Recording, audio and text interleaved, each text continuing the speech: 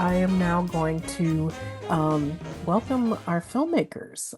And so we've got Gabriel Francis Paz Goodenough, who is the director and co-producer of The Body Politic, and Dawne Langford, who is producer of The Body Politic. And again, thank you so much for making time to be with us today, and for being so generous to offer sort of an advance screening for those who have signed up for today. If for some reason you haven't had a chance to see the film yet, if you're in the United States, you will have that chance next week because it is going to be premiering on the PBS series POV. Um, Jim has also put a link to the film in the chat, as well as the bios for both of our filmmakers. I don't want to take up a lot of valuable time, reading through those bios, but maybe I can just start by asking each of you to introduce yourselves. So you want to start, Gabriel? Yeah. Hi, everyone. My name's Gabriel, and I'm the director of The Body Politic.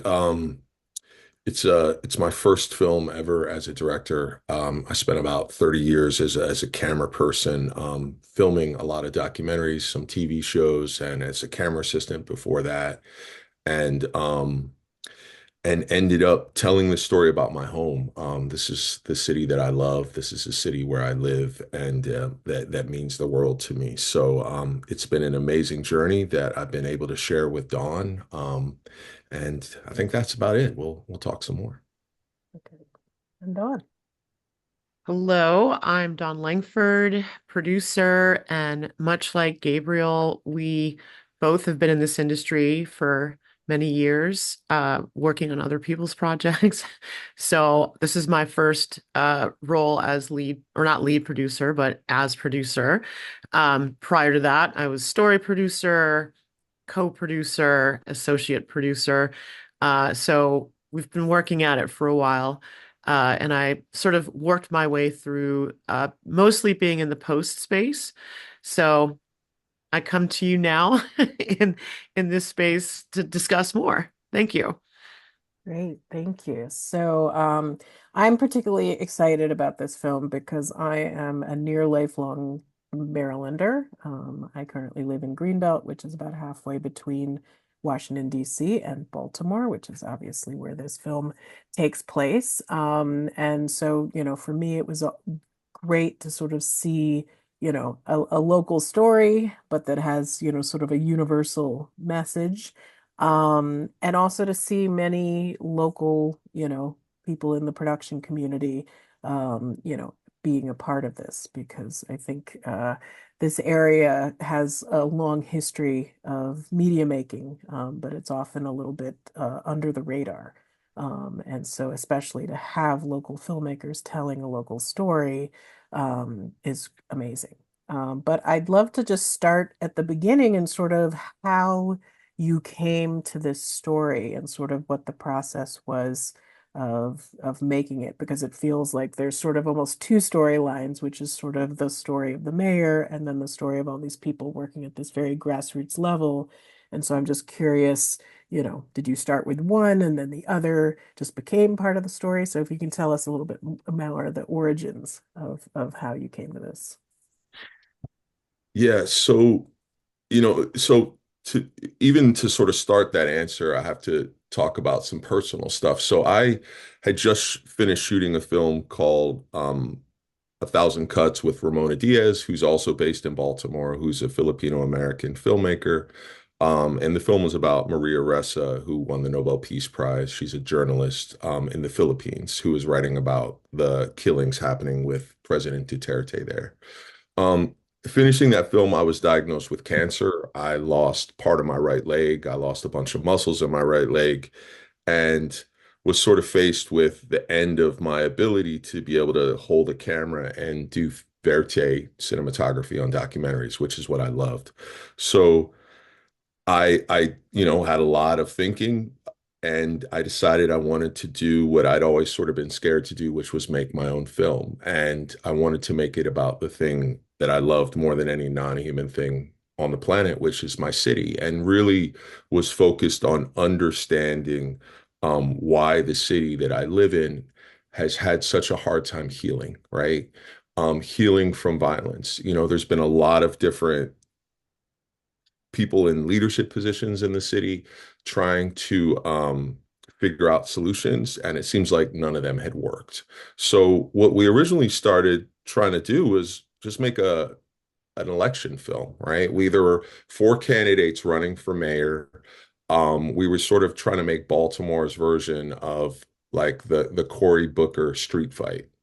Um, so we started following all these candidates. Brandon Scott, who ends up being sort of the focus, the participant of the existing film, The Body Politic, was one of them. But really quickly, the world changed and COVID happened. And at that point, we were like, do we even keep going? Do we keep making this film? How do we make it? Everybody's on Zoom. We sort of got over that hurdle, and then George Floyd was killed, and everything in the world changed.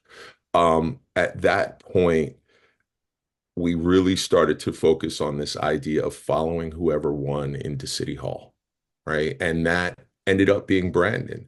So we continued to shoot. We followed Brandon all the way through his first year in office, and we ended up then with 700 plus hours of footage, right? We shot 353 days, and we had two films. So we essentially ended up spending 18 months making these two films. And for me personally, it was this process of slowly coming to the understanding that the focus of the film was what happens to Brandon in office and his process of trying to heal his city. And so we slowly diminished more and more of the election film, which was a really emotionally difficult process, like for any director giving up that footage. Um, so yeah, in many ways, we created two films, and the film we ended up with is really the story of Brandon and the story of him trying to do long-term change in his city. Thank you. And Dawn, when did you come into this process? Yeah, so I was working as a story producer in New York City, and then that pandemic thing happened, and the production was no longer prioritized in funding. So I returned to my home in Washington, D.C. So I'm a Washingtonian, but I have family in Baltimore, and I actually moved to Baltimore. I have a background in the arts as well, so I was in a few art groups, art co-ops. So I'm very familiar with Baltimore. And my father lived there, and my cousin unfortunately lost his life to gun violence in Baltimore. So Baltimore is very close to me as well. And I met Gabe through a PBS producer friend that we both share. And we had a phone call, and it went on for a very long time in a great way.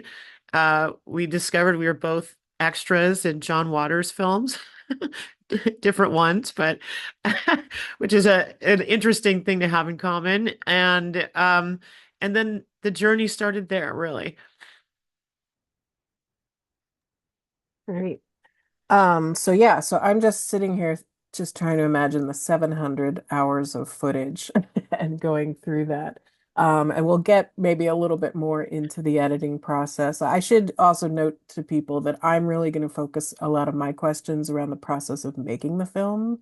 I'm sure you're very used to, you've shown it at 30 film festivals, so I'm sure you're used to getting a lot of questions about the content of the film, and we are certainly welcome those questions when we open it up. But I will focus more on the process because this is a group of documentary film professionals, and I'm sure people are curious, especially others who may be making, these sort of observational documentaries where they're following people for a long time and don't necessarily know where it's going to go.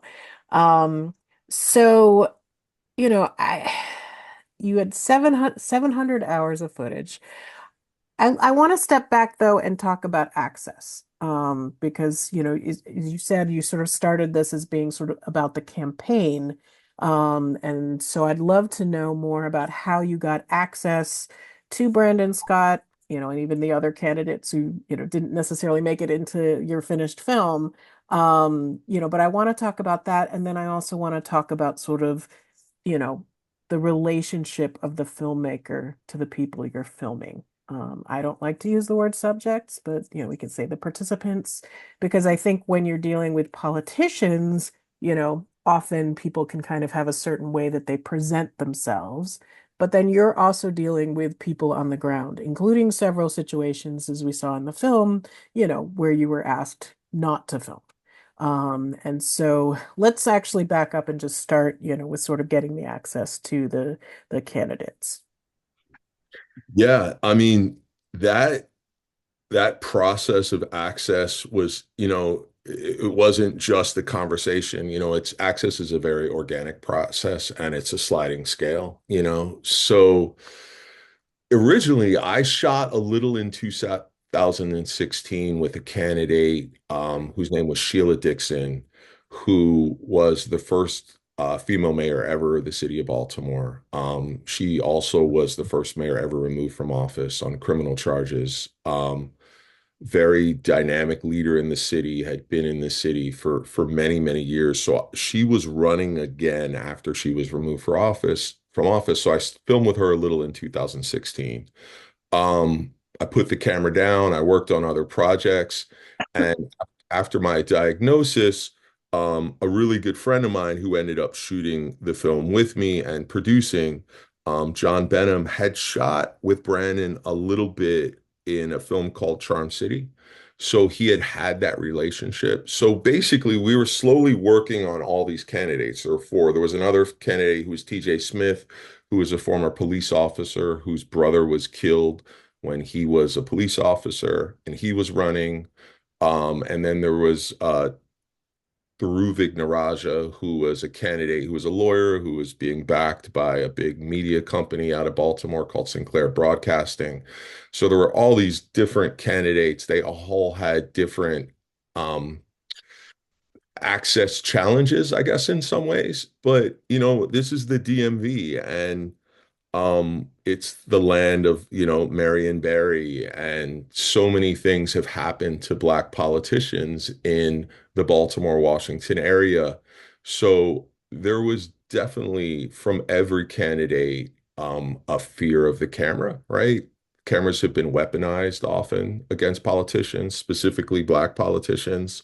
So it was a long process of building trust. I think a huge thing for my philosophy is that I don't start with the camera. I try to start person to person and meet people and talk to them and explain what we're interested in following, and that was a huge thing for us in the film. Um, but I think it was an ongoing process through the entire months of filming with Brandon to get access. A big thing and a big challenge with Brandon was just Brandon showing his own vulnerability, right? Instantly when you come in and want to film, politicians often want to just show you the press conference, right? What we wanted was not the press conference. We wanted the before the press conference and the after the press conference. So that was a whole process of building trust to get that access.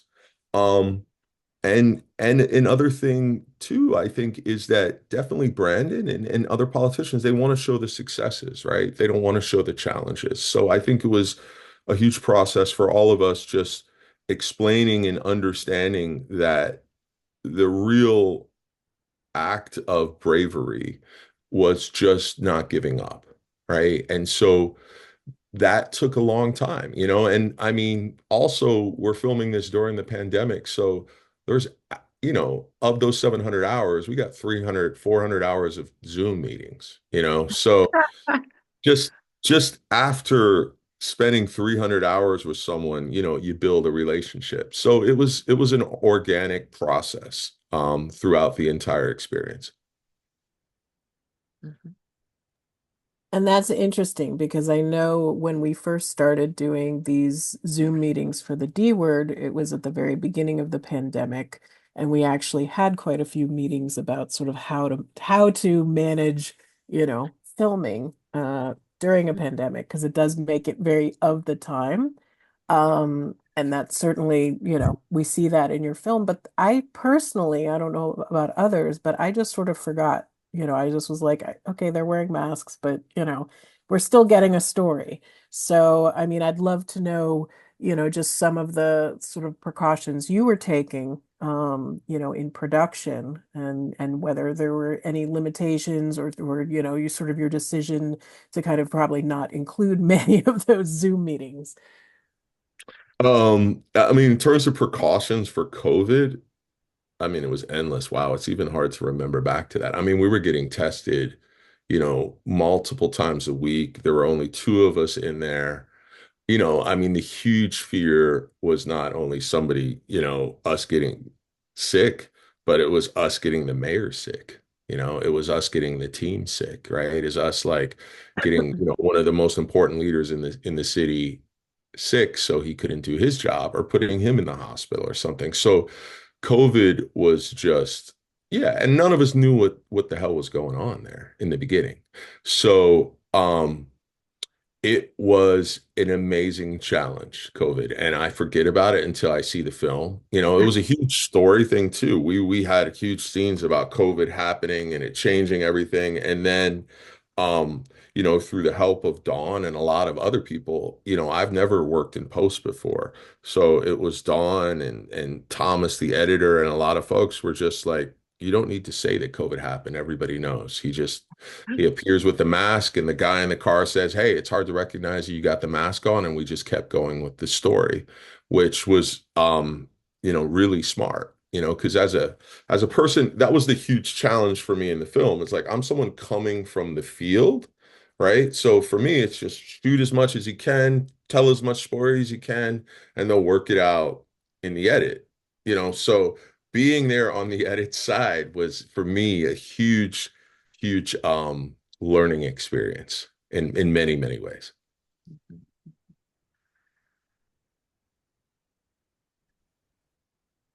Yeah, so that actually gives me another question. I do want to come back to access, but having been a DP and working on so many other films for so long, with different directors who probably all had different sort of approaches, what did you sort of take away from those experiences that helped you, in terms of your approach to this film?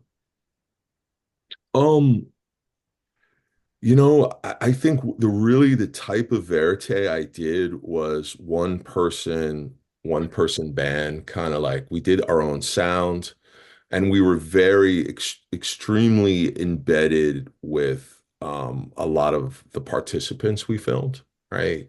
Um, really in almost like a shooter director role, or co-director or field producer. So it, I really learned, I think I'd spent so long in camera and so long focusing on camera. I think the one rule that I learned on the camera side is like, we're like fire people.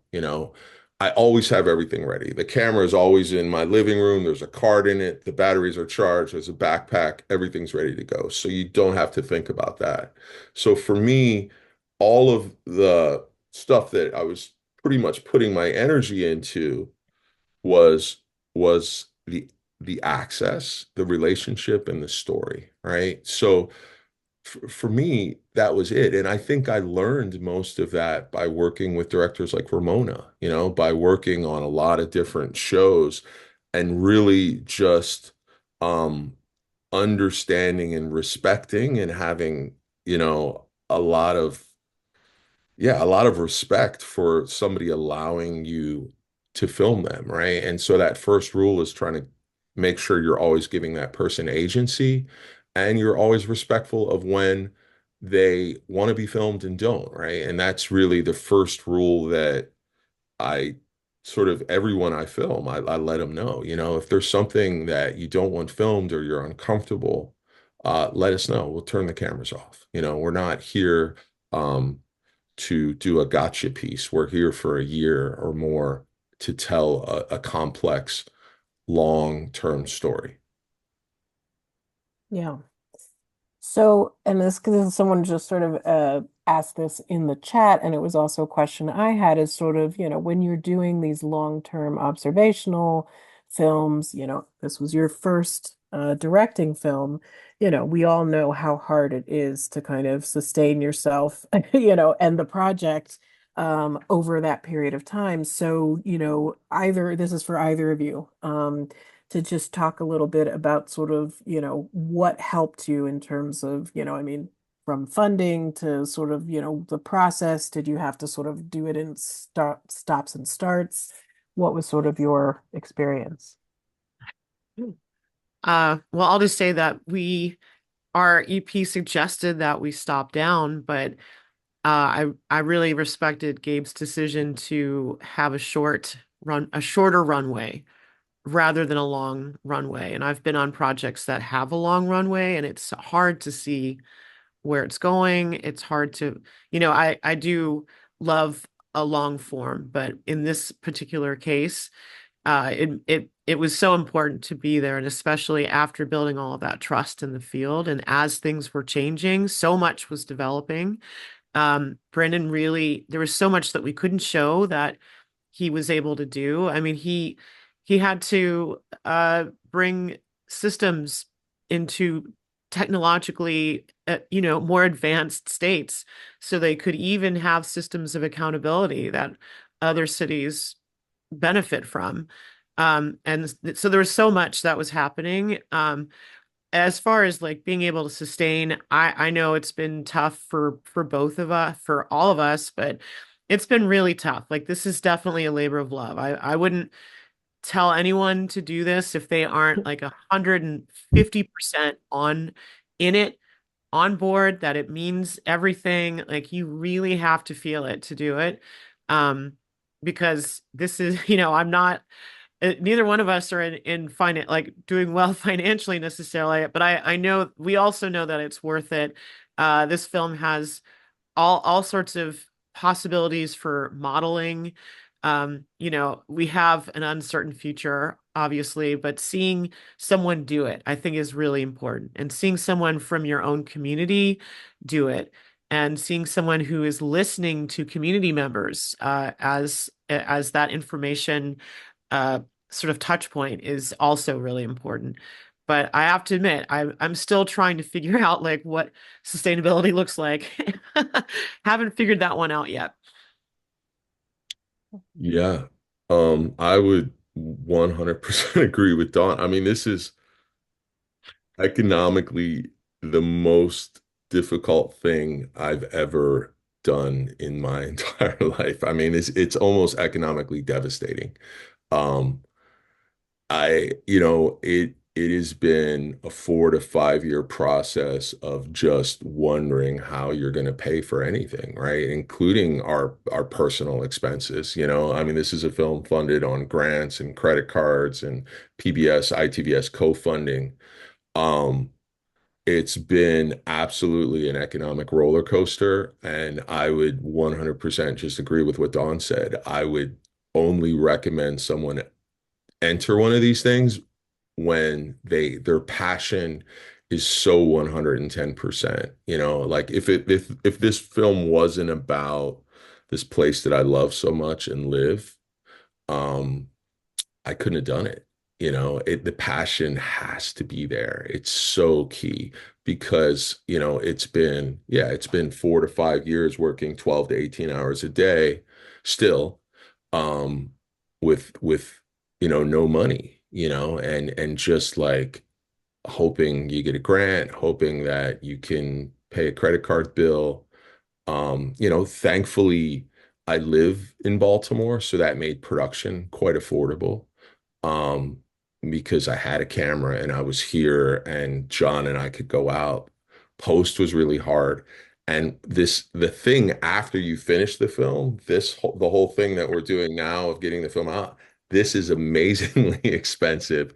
And I had no idea, like, I mean, 100% totally unprepared and with almost no knowledge about what the festival process is, what the theatrical process is, just getting, that I had no idea of like paying for, email blasts, everything, all of the stuff. that goes into getting the word out about your film has just been totally new knowledge to me. And it's amazing that you can work in an industry for 30 years and know so little, you know? So it's been just an epic learning process in every way. And that's a bit why we do these case studies, because, we're all going through it in different ways with different projects. And we really believe that having a community that you can talk to other people and sort of, be upfront and recognize sort of things that maybe you hadn't thought about. And you had quite a few, sort of people who were executive producing, advising, so how obviously you had contacts from your past work, both of you. But sort of how were those folks involved at various stages? Were they sort of there to help answer these questions and advise you? Were they focused more on the story itself? Tell us a little bit more about the sort of the community around the film. You want me to go for it, Don, or Oh, I mean, we can tag yeah, team. yeah. I'll Okay. start it. But so our executive producer, Marilyn Ness, gave us sort of a roadmap at the beginning, and throughout the pandemic, we had a lot of industry pitch meetings on Zoom. I will say that was one interesting thing, that it felt like we had more access to push this possibility out. Um, so, we had a little bit of a roadmap.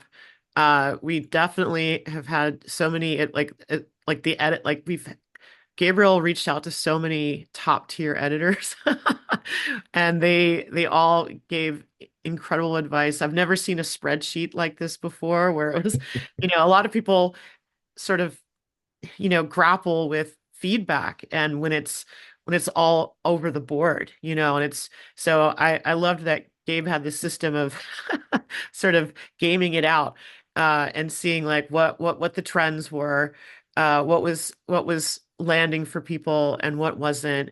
Um, but that not that that shaped things, but it's very helpful when you have too many good topics and too much good stuff, and the human brain can only perceive so many things, and we don't want all exposition. Obviously, this is a verite moment, but during a pandemic. So I'm shouting out EP. I'm shouting out all of the editor consultants, story consultant, um, Mark. Um, who else? I'll pass it to Mark Gabe. Brock, I mean, Broad. so Yeah. many.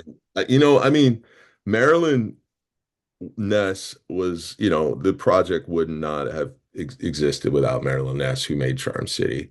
And Marilyn Ness, like, took us from just being total not knowing anything except being on production and the stuff. Like Marilyn Ness had seen the entire process happen. So she helped us like get the plane off the ground and get funding. And when we met Marilyn, we didn't know if this was going to be a multi-part series. We really looked a lot at Philly DA, as a model, which is an amazing, amazing multi-part series that's on Independent Lens, if anybody has a chance to watch it.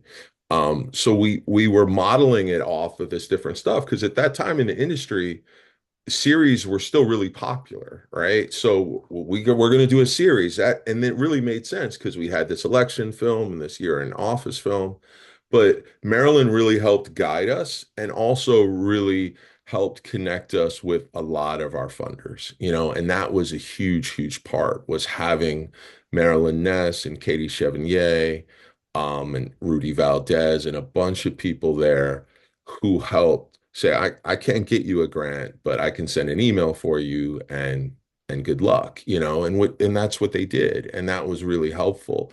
And then another team of really amazing director, Mark Grieco, who did A River Below and a film called Marmato, came in and really did a lot of counseling on getting the film edit into ship shape, right? And Brock Williams, who's an amazing jack of every trade, producer, fundraiser, editor, um, and he and Mark really, really helped us get the film polished so we were ready for Sheffield and ready to take the film out to the world.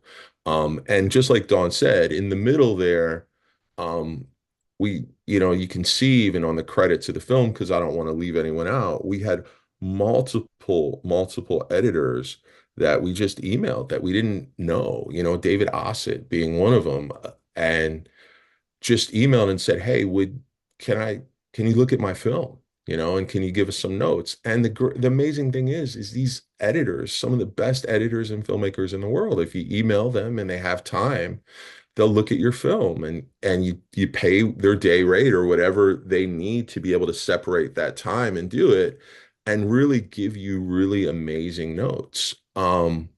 And they like doing it too, from what our experience was, because it's not their project. It's not their baby that they have to worry about, right? They come in, they look at somebody else's film, they like the puzzle of figuring out how stories work.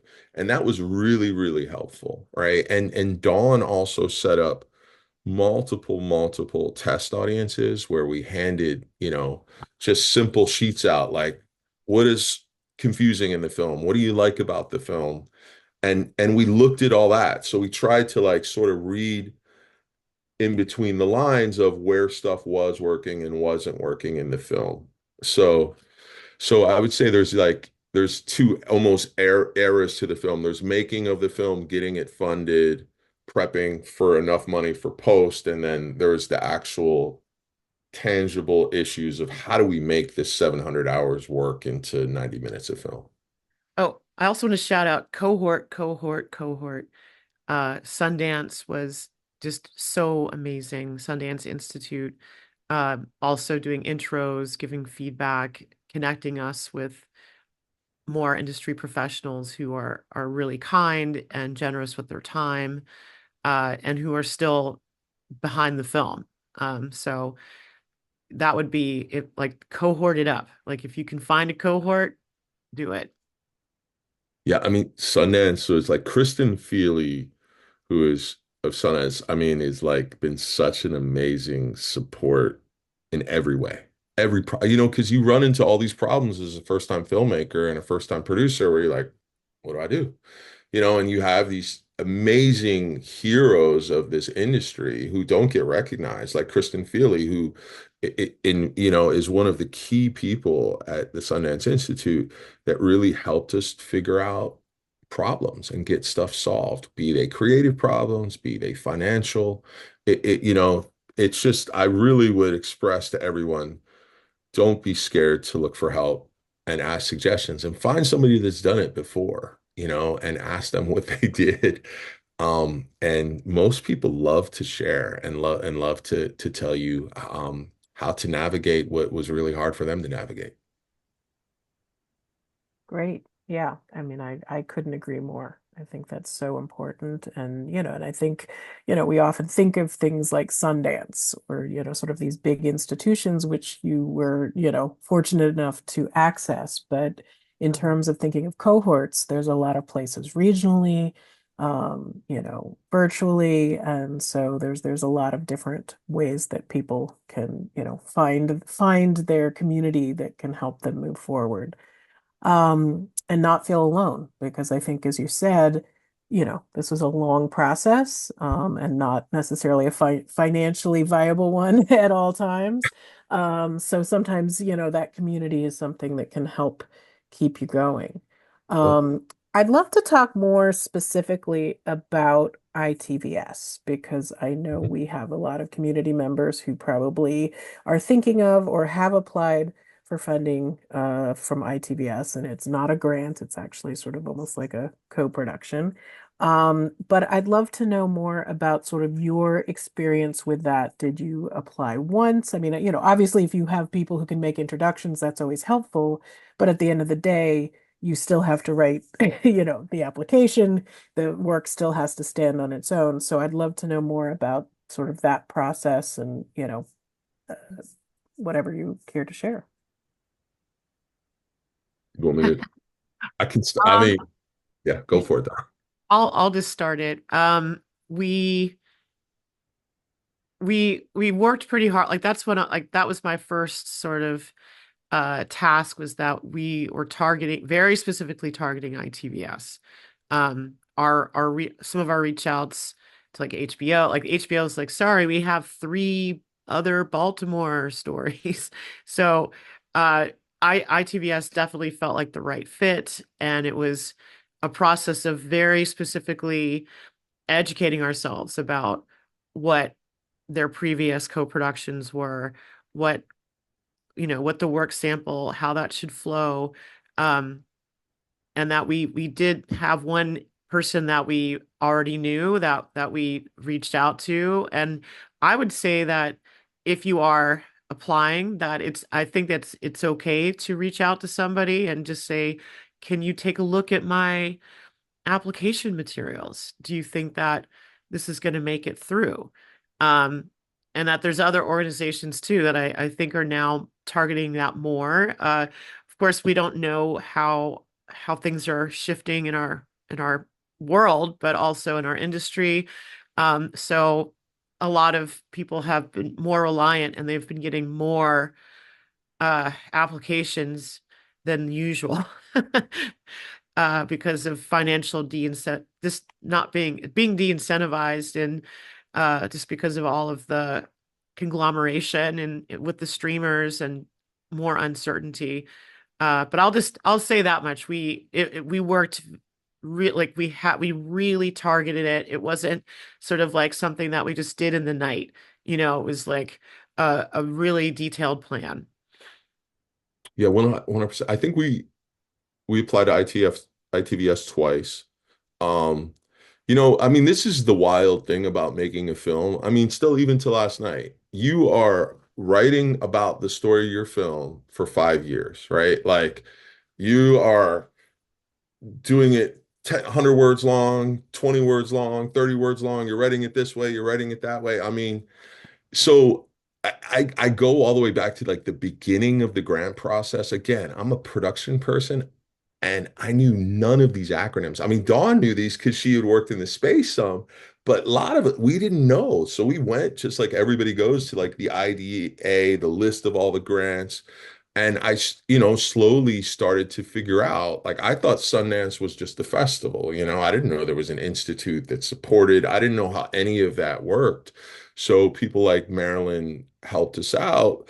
But I mean, that Common Core application, I think that it's called from IDA. I mean, that was, months of work building, that edit that Dawn was like, that was her baby, creating this work sample of this film, creating the written, all of that, putting that whole package together was something of, definite. It was a work in process. It was like a sculpture that started out as a block of rock that we slowly like polished down to really create this really comprehensive, well-formed idea of what the story was, at least at that time, and we were also pretty explicit how we didn't know what was going to happen. We were making a verite film, right? So I think that's something, at least on the ITVS side, that really helps.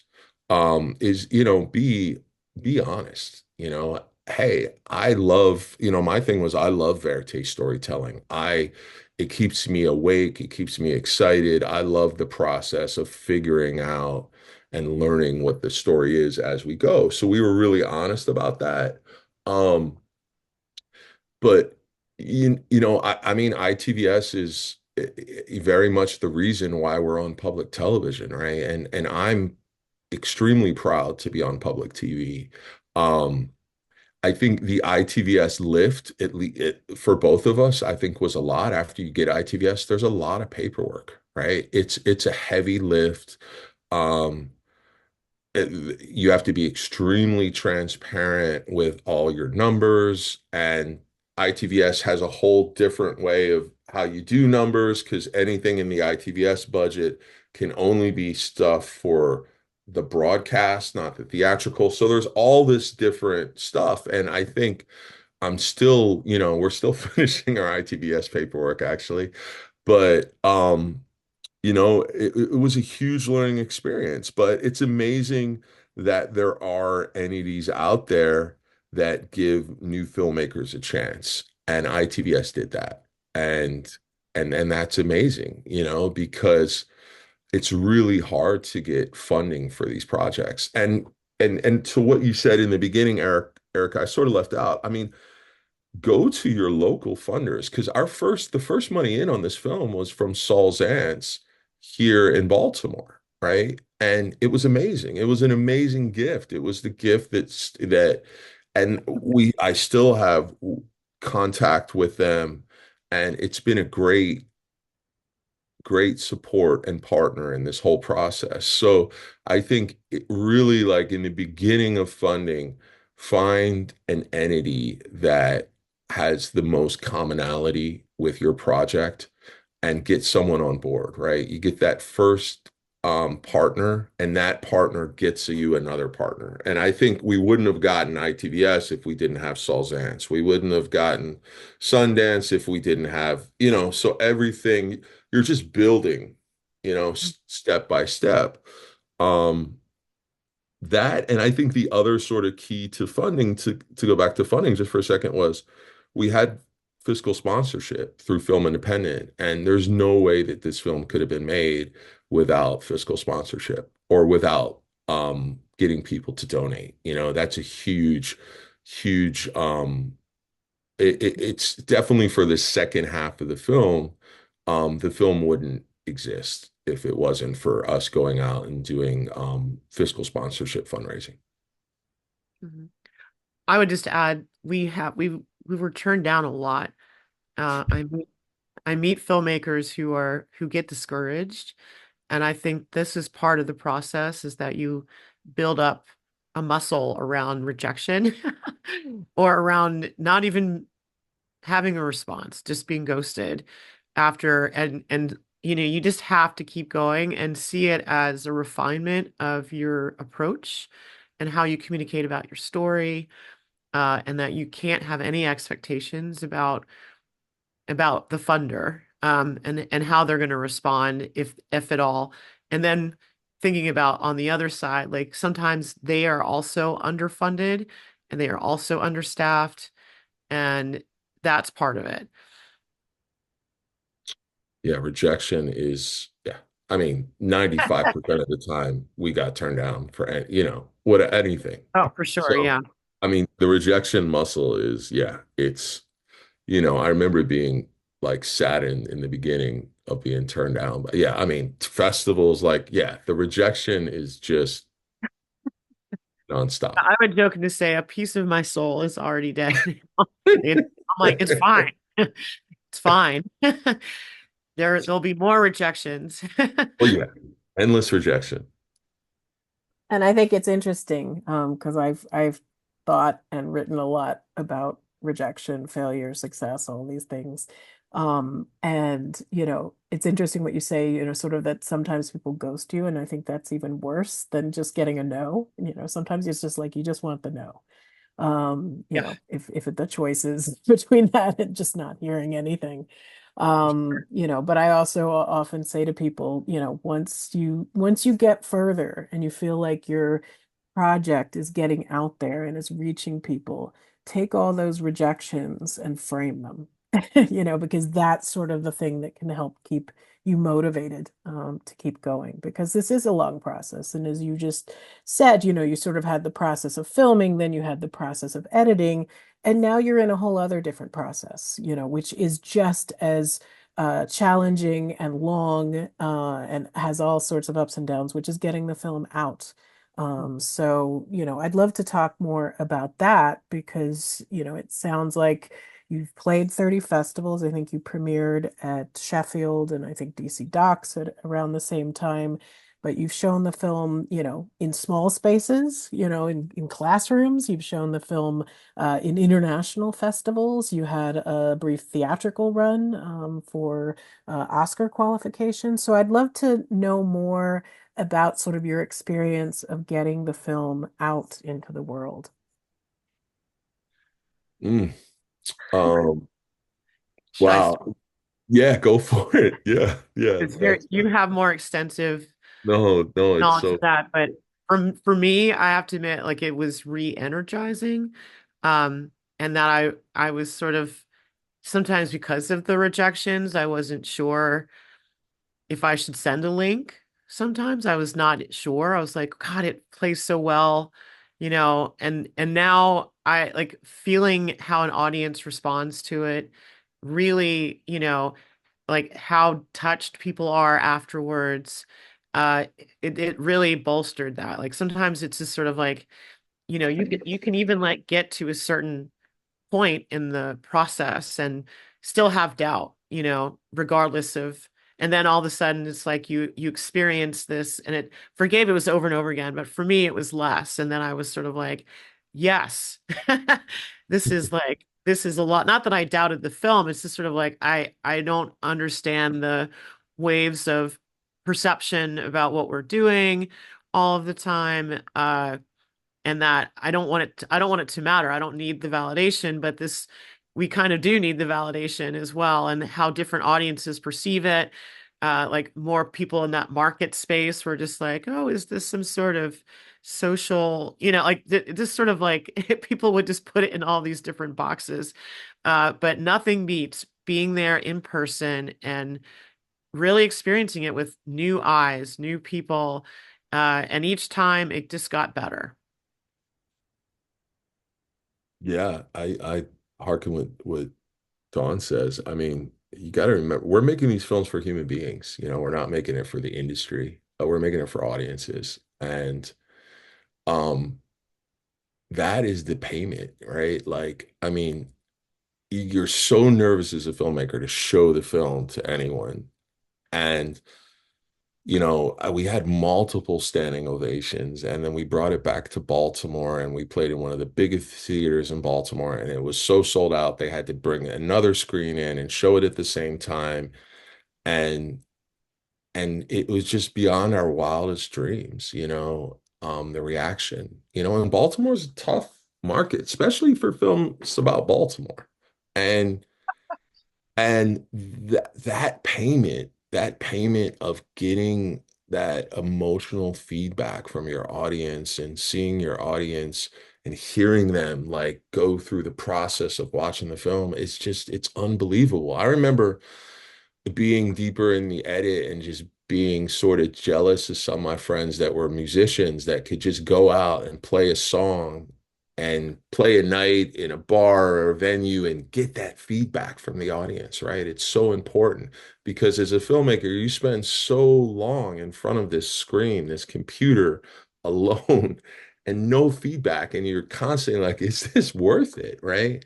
And then to bring something out into the world and you know get people to love it. Although I mean, we showed 18 times in the Netherlands, all over the place. Just like to see an audience in The Hague just so emotionally react to a film about that you think is just a local film in some ways about your hometown, was just absolutely spectacular. And then that just like Dawn saying, that reassurance, that energy, that communication, relationship with the audience is what keeps you going. Um, in this process of trying to get the film out to the world, which is um extremely expensive. Like the numbers that come into play when you're trying to advertise your film. Like we all see, we're all getting the FYC emails and we all see the ads and the amount of money and power and energy that is behind some of these films when you're a small filmmaker like us is just it's it's like being hit by like a tsunami or something. It's just it's so you need that love from the audience to keep you going because it's just really really a whole different this whole world of getting your film seen to me is probably the biggest enigma in the whole process. But the festival space is so key, um I know there's so much talk about people watching stuff online and streaming, but there is nothing like showing a film in front of 600 people.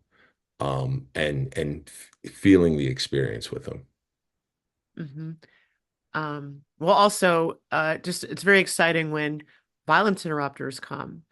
Uh, Other community organizers are in the audience and they feel seen. So it's like, it's a great experience for them as well. And that's been bolstering. Yeah, and I don't know what else to add because I'm in New York now and I'm trying to hustle here for the film, just to get people to watch it and take it, if they can see it in person, I'm like, please come to our screenings. And it's so hard. There's so much going on in New York.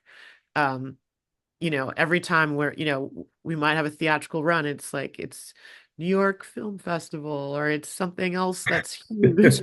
And it I think, seems like, we do get those yeah, theatrical runs or screenings, it's coincides with so many other things. And I do believe, like, I try my best to show up for other filmmakers, and there's a lot of reciprocal energy in like building that community that I'm also enjoying. So there is some fun to the process of like we can all still help each other and that we don't need to see this as a hyper competitive space.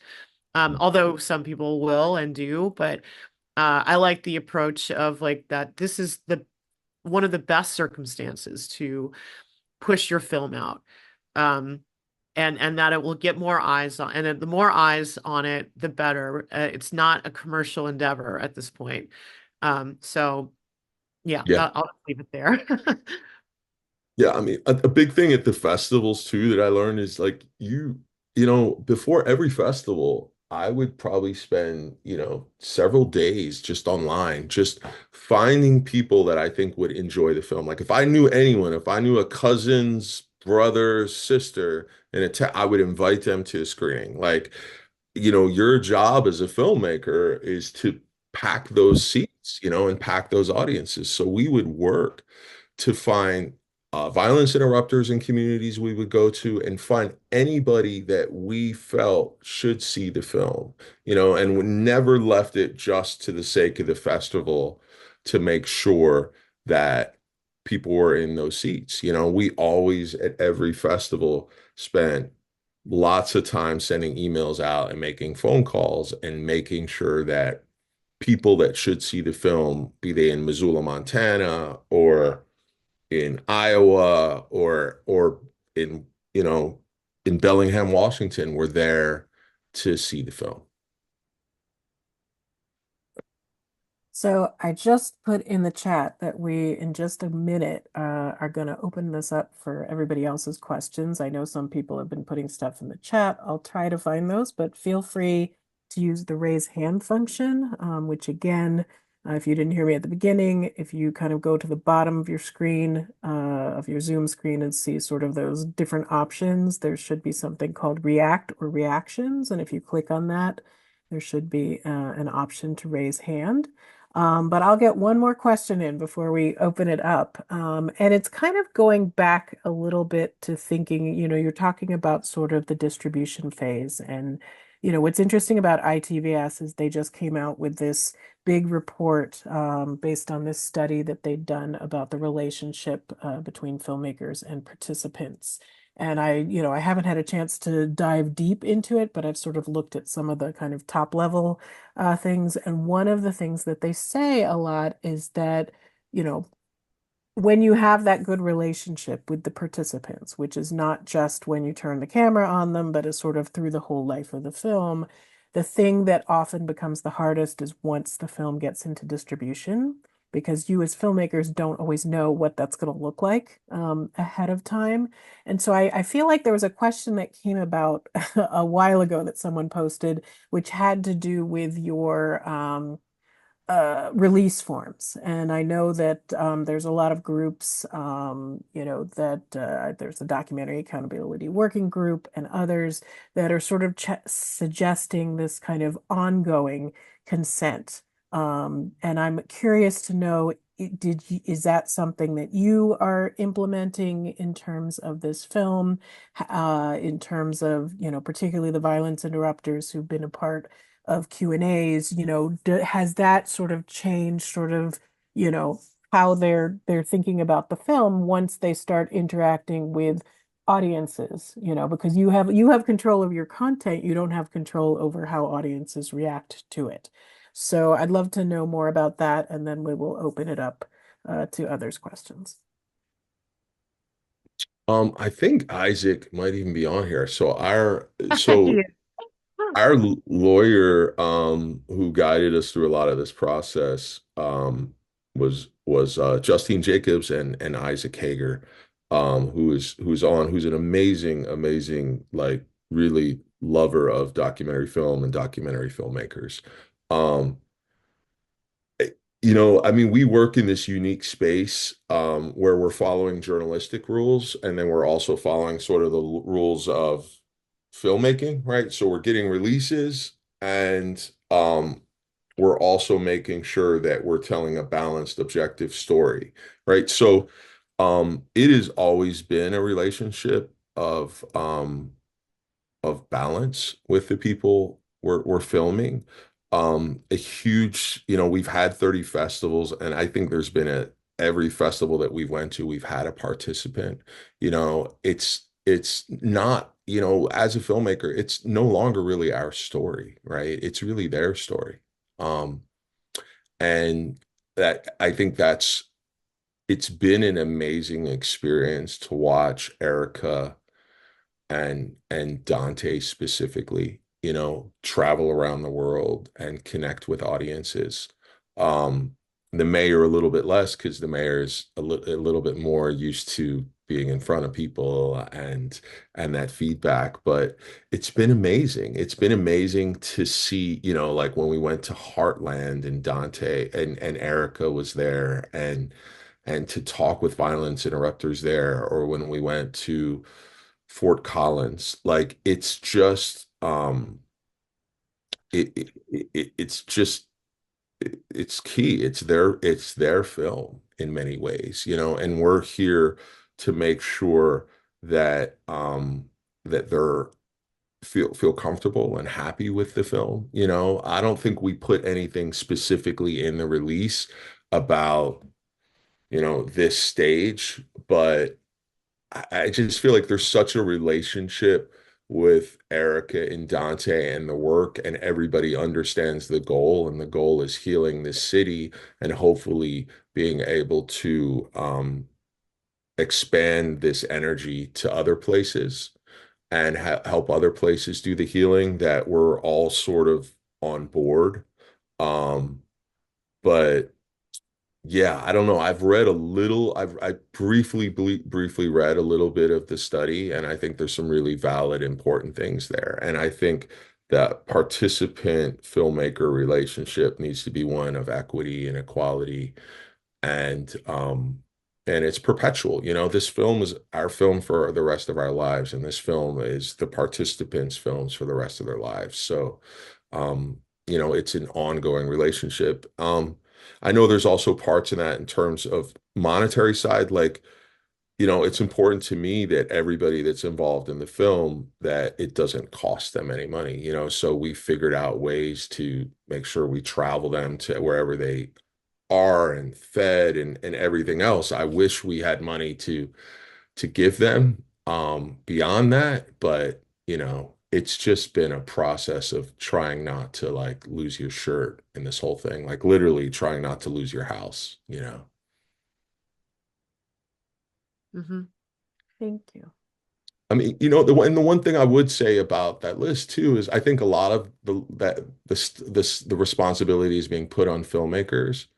But I think a lot of that responsibility also should be put on the broadcasters and the exhibition. The filmmakers, there's so little money, in this filmmaking side. And there's not PBS, but there's a lot of really big corporations involved in this whole process that, you know, that I think could share a little bit more in that responsibility.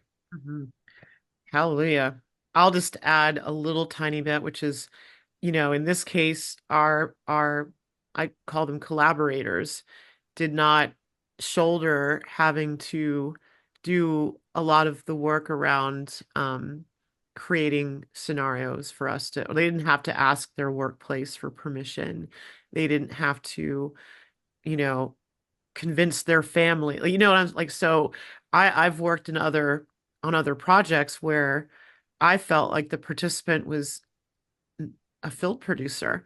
And so I do think that there should, I'm excited that that conversation is opening up when there's more pressure on protagonists and participants to do a lot of that coordinating and asking permission or having to do the work of maybe allowing us to access their workspace.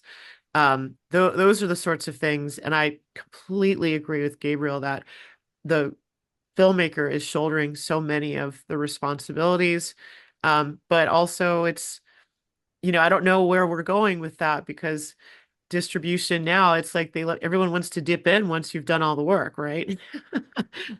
So I think maybe the DPA can get on, and they're probably already on it, but I just wanted to add that. Sure. And for those who are not familiar, the DPA is the Documentary Producers Alliance, which is another amazing organization specifically for producers. But let's open it up to questions. So let's bring Miguel up. Hi guys, I hope you can see me and hear me properly. Yes. Yeah, is that working? Perfect.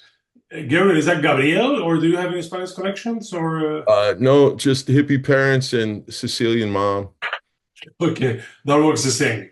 Yeah, Anyway, yeah. congratulations on your film. I watched it last night, and I really enjoyed it. If you can say that, right? Because it's such a hard topic that Thank you. it's sometimes difficult to say that we enjoy watching that. I got a couple of questions that that I want to relate to. I'm also a filmmaker based in Madrid, in Europe, and I was really curious about the timeline from the moment you pitched.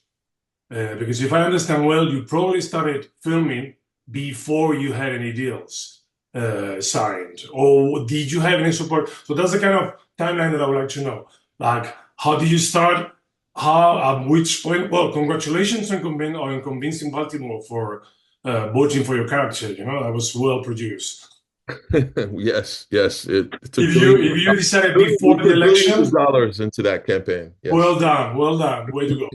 But anyway, seriously now. So how did you work on that? The timeline, like at the beginning, it was just like maybe a hippie decision of let's go for it, and then we'll get the money on the road. At which Um, stage did you sign any deals, and then when did you decide to stop? Because there's a moment in the film where you are suffering because you see that the story is going to the reality. It's not going where you would want to go, but to the actual reality. Your character is in big trouble, mhm. and you were probably wondering, what are we going to do if this doesn't work out? Because probably what you sold was that he was going to get away with it. He was going to achieve what he was preaching about. So, how do you work with the timeline for all this long process? Thank you. Um, we filmed one day before we got our first grant, which was I mean, that's hard to say because we filmed some Sheila Dixon stuff before, whatever, but I would say we filmed like one real day. Then I had this huge surgery. Then I ended up and I wrote a grant and we got the first grant, which in some ways is like the gateway drug to this whole process is getting that first grant. And you're like, oh, this is easy. We'll keep doing this, but it's not. So everything was totally, we had no idea. I mean, really, honestly, no idea, no idea that it would end up on PBS, no idea that it would be a feature doc rather than a series. And even no idea that Brandon would want. I mean, there were three other characters that we were filming that were amazing. I mean, like some of the most amazing people that I've ever filmed, and that gave us really amazing access. And in some ways, the access with Brandon was more challenging, So Brandon in some ways was the more difficult character to follow. Um, but just like you see in the film with the murder of George Floyd, people's, people changed, and young people especially got out to vote. And it's just like improv, we went with the story. So, and there was no story that we sold to anyone saying that where there's going to be a happy ending, right? I mean, we haven't even talked about this yet. Like right now in Baltimore, violence is down at one of the lowest levels it's ever been since they started recording homicides in 1971, right? So I think we're at like 178 homicides, and normally the city would be at 300, which any homicide is too much. 178 is still it's a ridiculous number for a city of this size, for this amount of trauma to be in this city and this amount of violence. But we had no idea what it would end up. Our sell, you can call it that, was like we wanted to understand why it was so difficult for the leadership in the city to enact solutions that worked without mass incarceration, right? Like that was sort of the idea. And we had no idea where the film would end. I mean, ultimately, that's what you see. Like you sort of see in the film where things ended up, and then we put the cards, which you're watching. The version you're watching is the second update of the cards. I mean, the great update of the cards would be the cards after December 31st of this year. But I mean, we started filming this film when Trump was president. It was a totally different world. Nobody had any idea, definitely not us, what the end of the story would be. And we weren't looking for a good ending. We were really looking, I think, for what we created, which I probably didn't know in the beginning, but folks like Dawne and a lot of other folks that have had really good experience in post helped me see, which was that we have a lot of issues with honesty, especially in the United States, about how do we solve long-term systemic problems, right? There's no quick fix.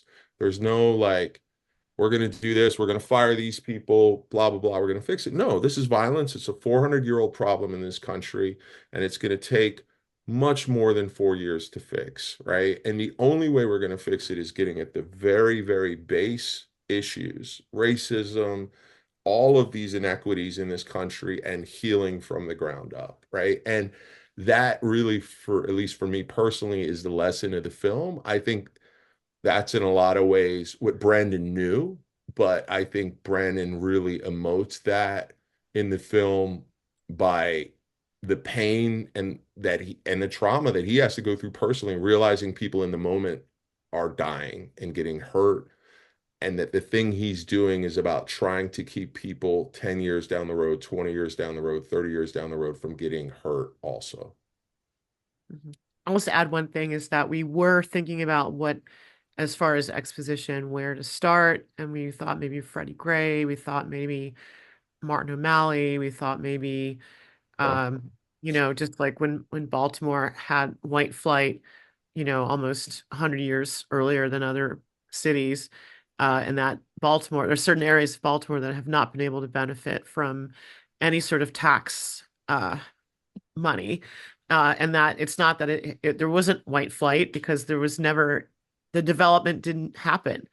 Uh, and that's, Baltimore has this very unique history. And so we did grapple with like, where do you start with that? Um, and how, and it made more sense to stay in that present moment than to explain all of those things, and that you get a sense of that. And I'm hoping like with an impact campaign that we can, I think, help people understand more about the unique position that Baltimore is in, and how that uh, can shed light on what's happening in other cities, and especially cities who've been abandoned by particular industries. And we're going to see more of that. So anyway, we'll keep it good. We'll keep it moving. Great, thanks. Jim, can you try bringing Joanne back? I think she might have fixed her audio, and if not, we've got her question and I can ask it. All right. Now, I'm sorry. We're still having issues. I saw Uh, her question though. It's how did the other media treat you when you would stay with the candidates? And this is very interesting, actually. That's a great question, Joanne. Go, Thank you. go ahead. Amazing, amazing question. Yeah. Wow. Uh, I would say a little bit of like They confusion. became Gabe started following them. I mean, So Gabe yeah. started following them because what didn't make the film was this whole side story of Sinclair Media and how they were so invested in the outcome of this particular election, and that they have a history, a proven history of uh, dabbling and meddling with politics. And so in 2016, they were caught by a brilliant editor who did this 49 screen split of the script that they had given all of the stations that they own. They bought up several local news affiliates across the country. And they're based in Baltimore, and they had actually been farming images and stories of trauma and just sort of exploiting the poverty of Baltimore and using it for their own political goals, and then editorializing word for word. They had promoted Trump to be elected in that particular election. So they were in full force, and so they would come to every press conference and ask pointed questions that were not framed within an objective reality, but more about what they wanted to project on Brandon. And if he didn't answer in a way, it was just sort of like, they kept trying to get gotcha moments that were not really gotcha moments. And so Gabe's like, well, maybe, let's go down that road. And it was fascinating. And I saw another question in the chat actually about whether some of this will live in the archive. I'm hoping that it does. I think that the whole thread around Sinclair, around how they some candidates they boosted either financially or by giving them endless airtime, or put them in positions of like frivolous lawsuits and extracting their time and their resources while they were, if they thought that they were candidates that would beat the candidate of their choice. And this is very important for the archive. So we're hoping that that will be possible once we have, more resources. Thanks. Moving on to our next question. Let's bring Lee up.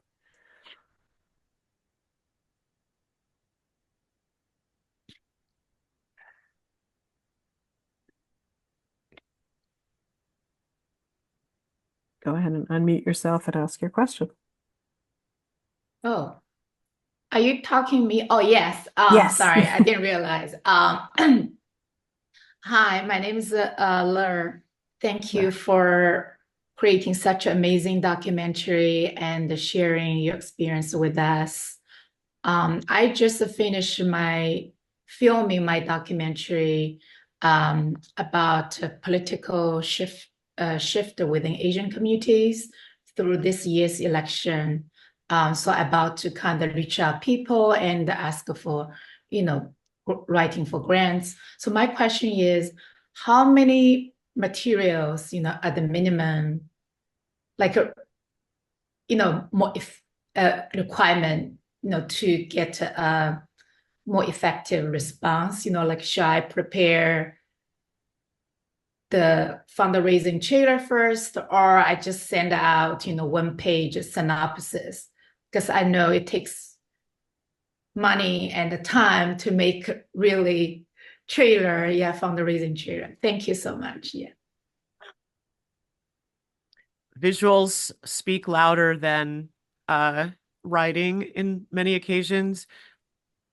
I have seen some pitch decks that take, instead of being explanatory, they are used as a storytelling platform.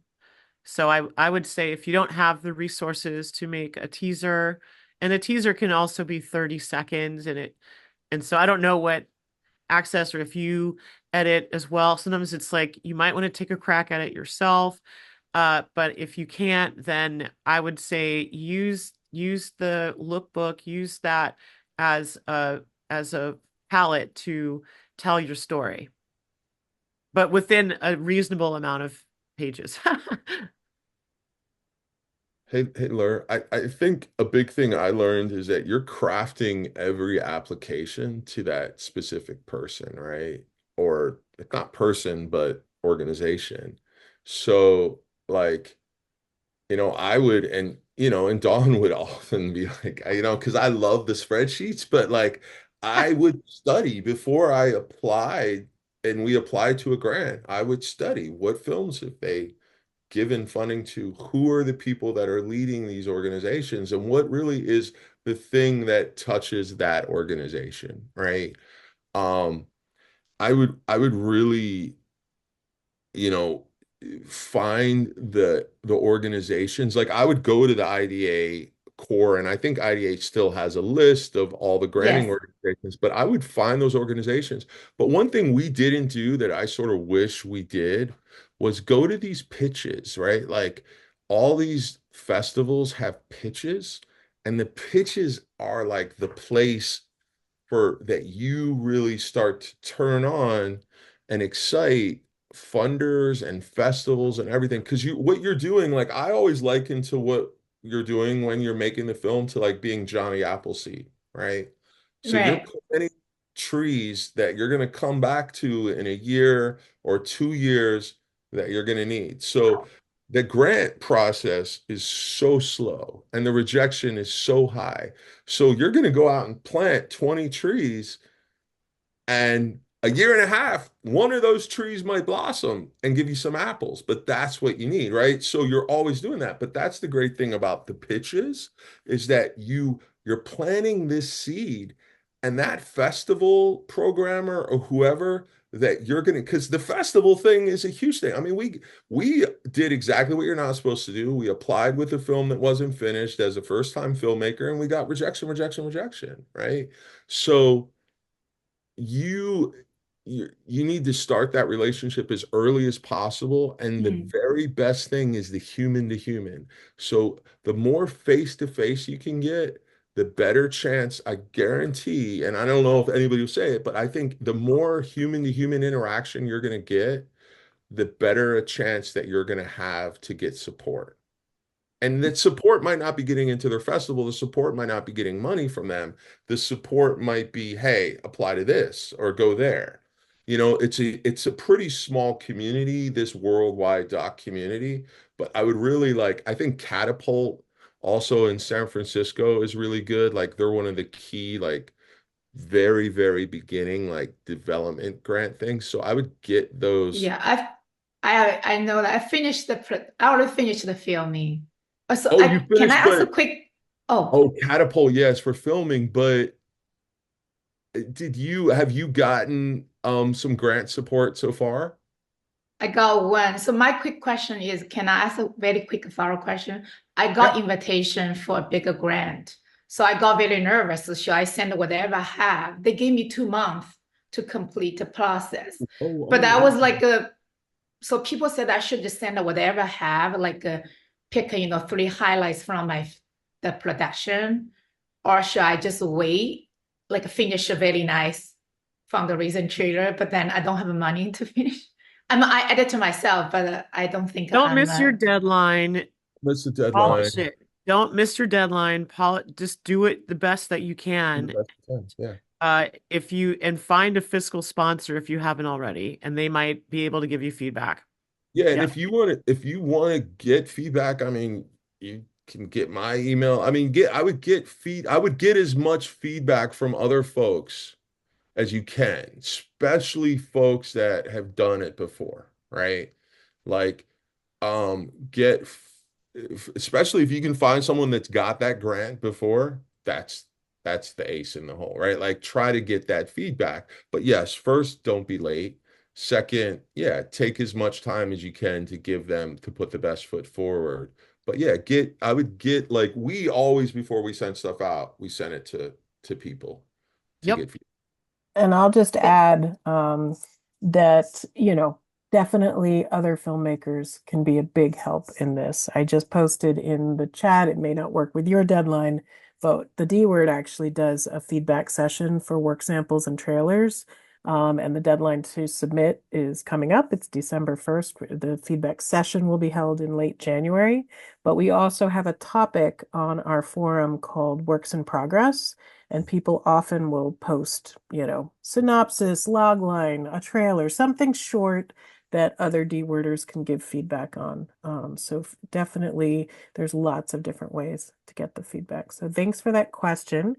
Just want to do a time check. We still have 3 questions to go. We technically have 5 minutes. I just wanted to check with our speakers if we went a few minutes over. Are we okay? Fine, yeah. And Yes. just one note to alert. Dawn's like not sure. Yeah, yeah. I I just mean, know. I'm fine to stay. But one thing for alert, Yeah. use your written part of your application to say, hey, I don't have enough money to polish this trailer. This is the best I can do.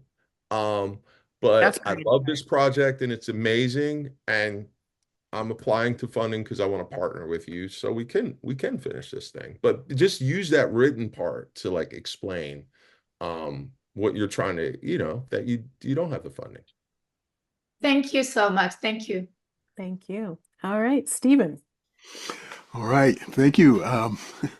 This has been so worth it today. I really can't believe it. I love the film.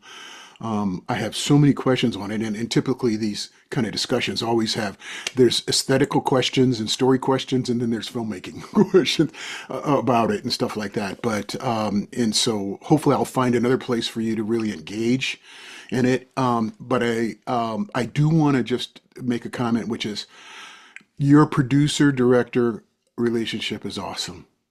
I really want to give you props for that. You guys were the ones to make this film, right? And obviously, the commitment that it takes to walk that long road. You need to really feel something about each other on the team as a family.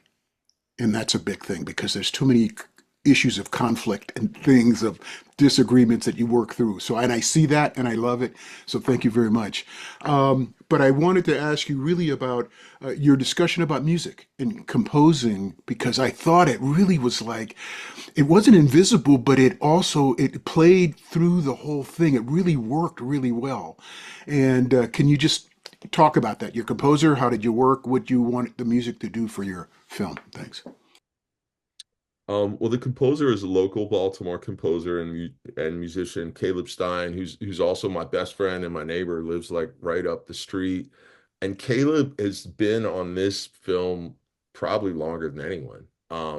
We started like talking about themes for characters.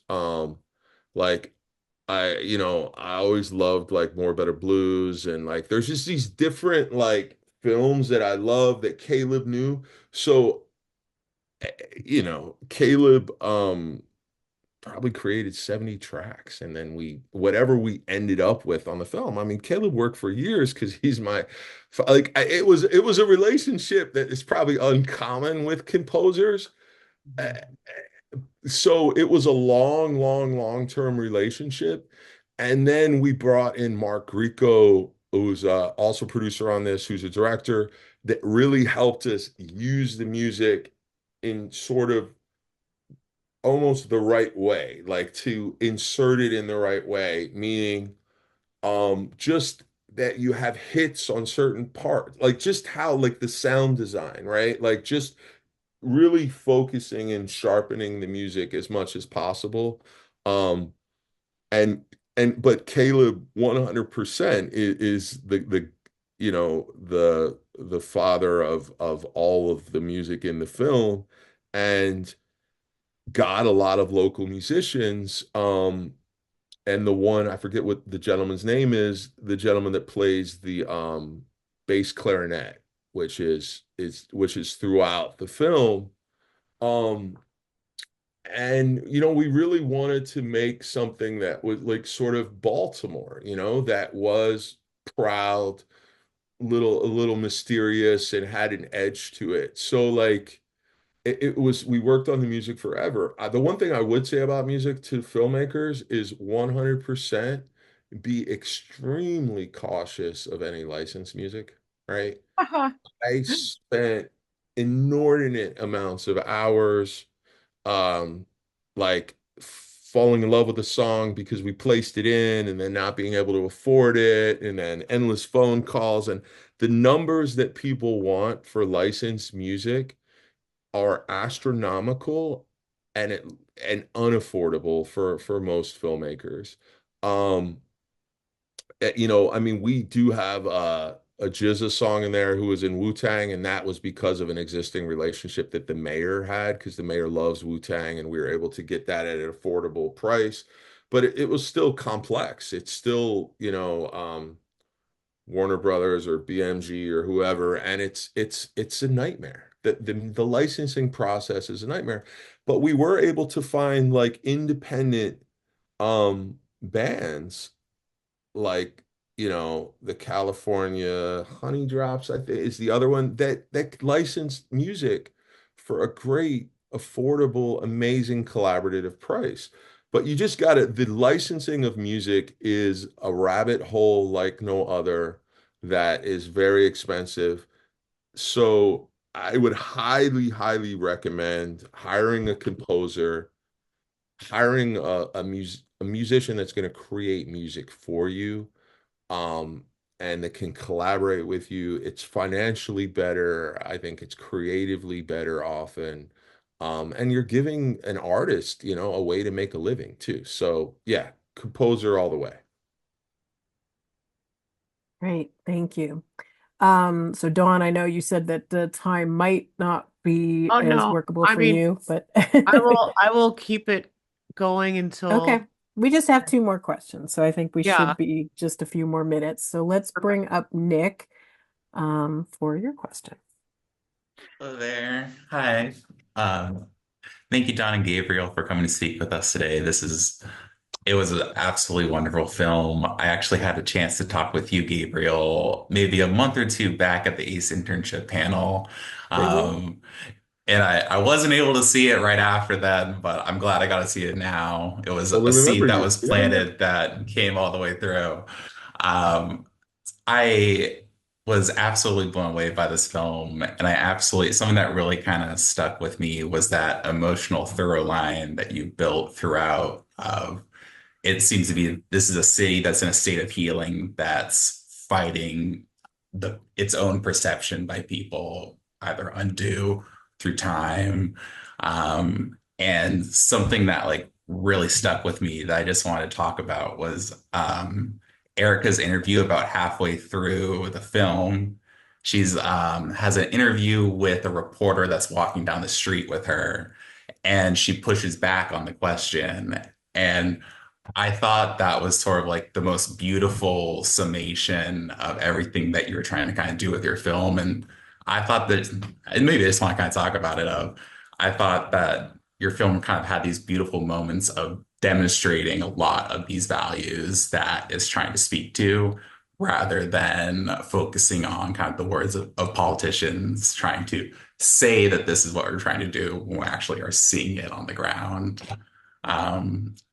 So to kind of blend this into a little bit of a question is when editing and cutting together the film, how did you go about kind of blending the timeline of the actual events of his administration and putting these programs together, and then the actual stories of Erica's and the Safe Street stories?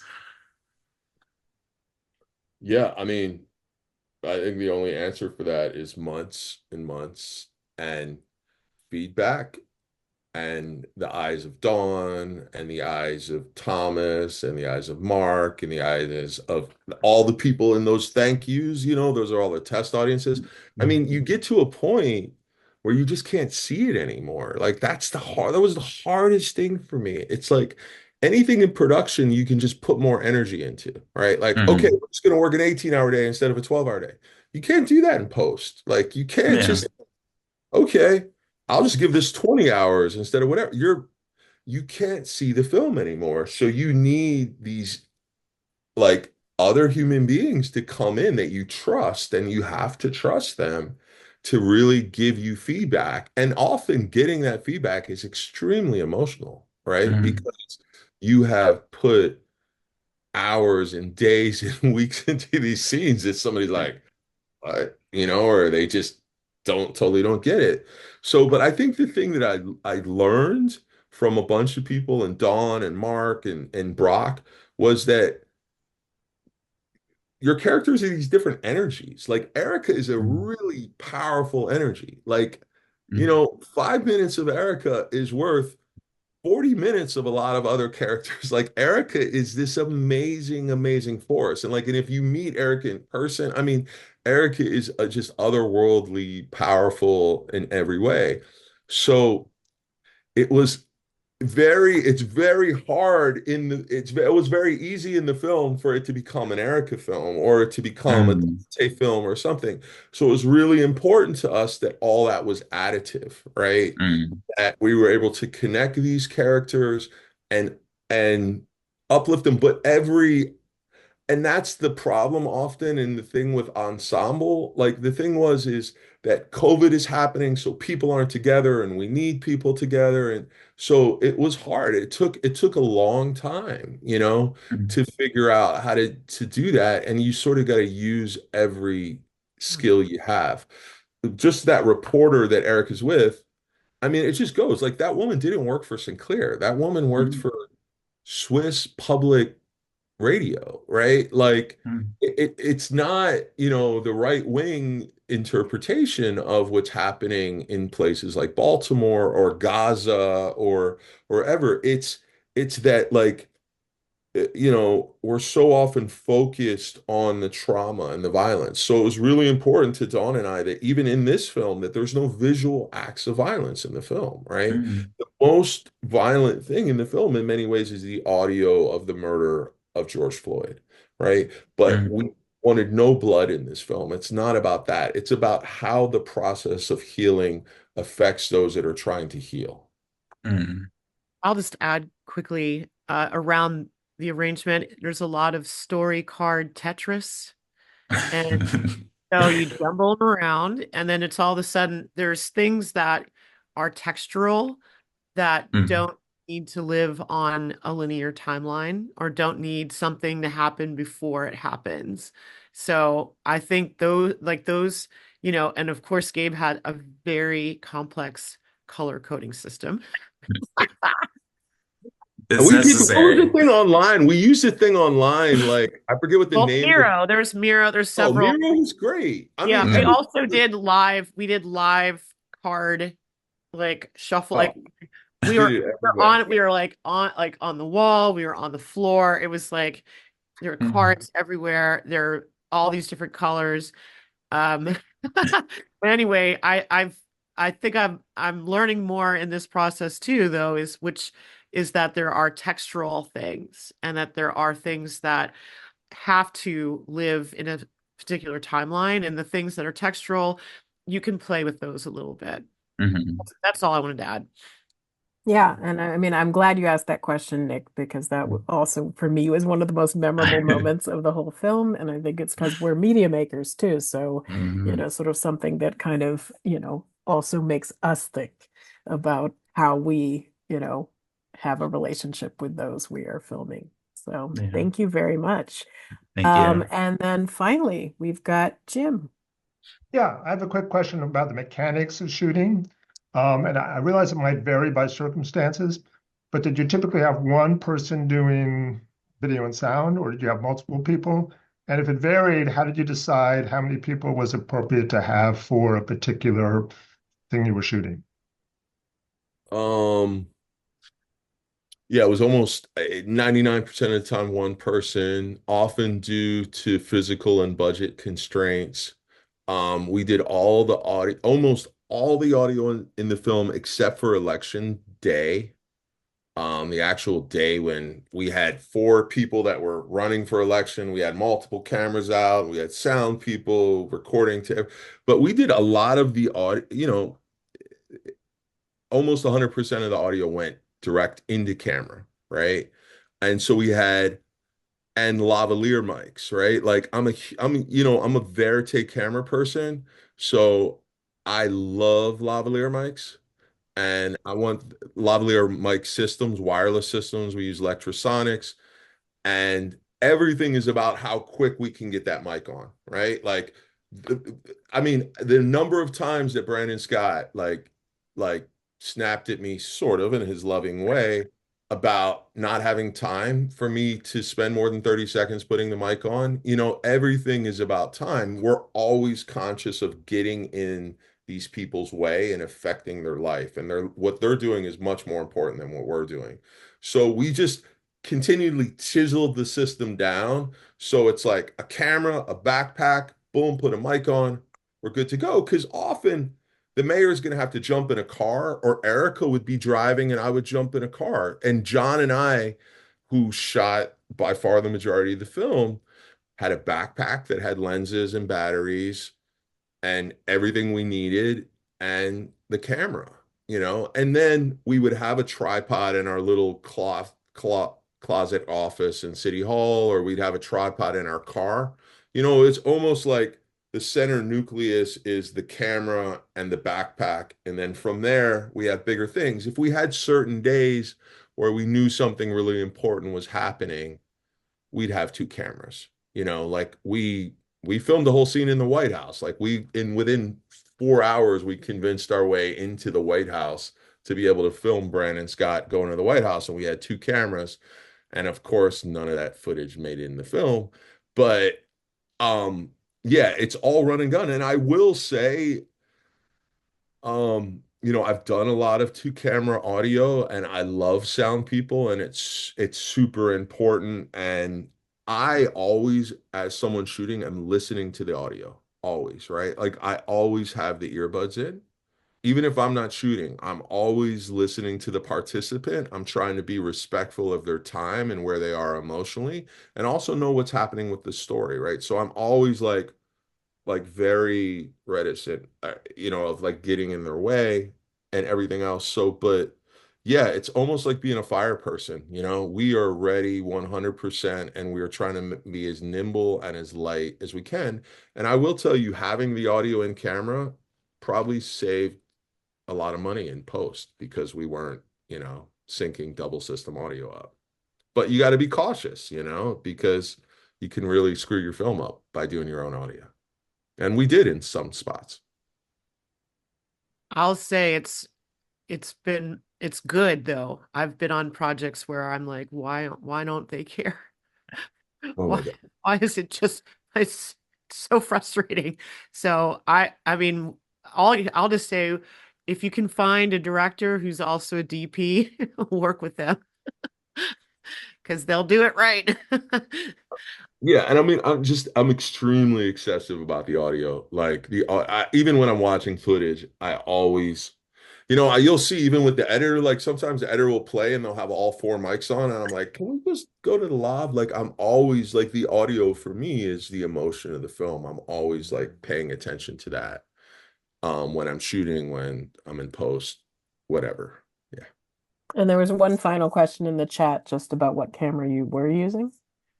We used two very old Sony FS7s, and then we had some A7S2s.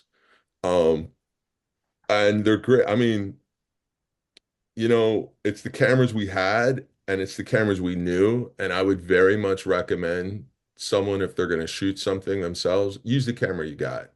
You know, the great thing about the FS7, even though it's like three, probably four generations old now, it still shoots 4K. It gets you audio, it gets everything, so just use the camera you have. The reason why we had the second camera, the little camera, is because that big camera is so epically TV news looking, and we didn't want that often, like it took it, I spent months hanging out with Dante before we even brought a camera out. And when we did bring a camera out, we brought the A7S, the little Sony SLR size camera. And just And that was right. And we took the audio directly into that too. We did an adapter with XLRs. But I'm a huge fan of small cameras and I'm a huge fan of run and gun. Like I love the SLR camera. Even though the big camera, it's easier to shoot with, it's easier to be steady with, the small camera lets you get moments and lets you be so non-invasive that I think it's really good for the story. Thank you so much. Well, I mean, if we had another hour, there's a lot more we could talk about. I mean, not least of which, you know, the future of political documentaries, the future of public television, all these things that I know a lot of us are very concerned about right now. But I just wanted to thank you again for making time. And for those in the US, can you remind them so they can let other people know when it's going to be on next week? So we are going to be on throughout all of the United States and a lot of Canada on POV on PBS this coming Monday, right? Most zones it's 10 o'clock. Some spaces it's 9. Please check your local broadcast. We're also going to show at the Maisel Documentary Center in Harlem, New York on December the 1st at 2 o'clock. Dawn will 2 be there with p.m. Erica. Yeah, Maisel's Documentary Center in Harlem. So please join us. It'll be our last live screening of 2024. Yeah, and that'll be it. And then we're on Kinema if you want to see the film. We'll be on Apple and all that stuff. But people can watch the broadcast version, I think up until February 23rd on PBS. It's totally free. I think after that you got to use their app and be like us, donate $5 a month or whatever to your local PBS. But please tune in and support PBS. I mean, it's 2025 is gonna be, hopefully a time that PBS and public broadcasting survives. So yeah, there's a lot of questions out there, but please watch and thank you all so much for being part of this and thank you for having us.